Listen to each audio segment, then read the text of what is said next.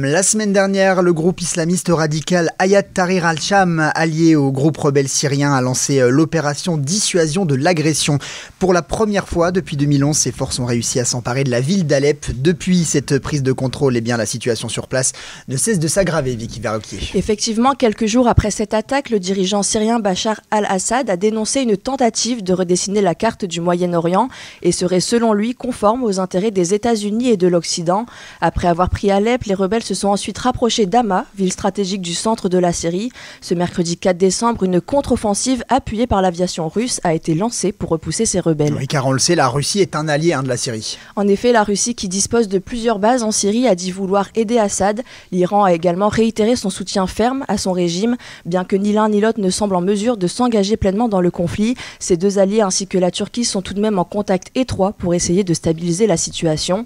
Le Royaume-Uni, la France, les États-Unis et l'Allemagne ont quant à eux diffusé une déclaration commune appelant à une désescalade du conflit. À ce jour, plus de 115 000 personnes ont été déplacées en raison de l'intensification des combats. Bien que les autorités kurdes ont lancé un appel urgent à l'aide humanitaire, certaines opérations de l'ONU et de ses partenaires ont dû être largement suspendues. Une semaine après le début du conflit, le bilan s'élève à 602 morts, dont 104 civils selon l'Observatoire syrien des droits de l'homme. Les précisions de Vicky Verroquier.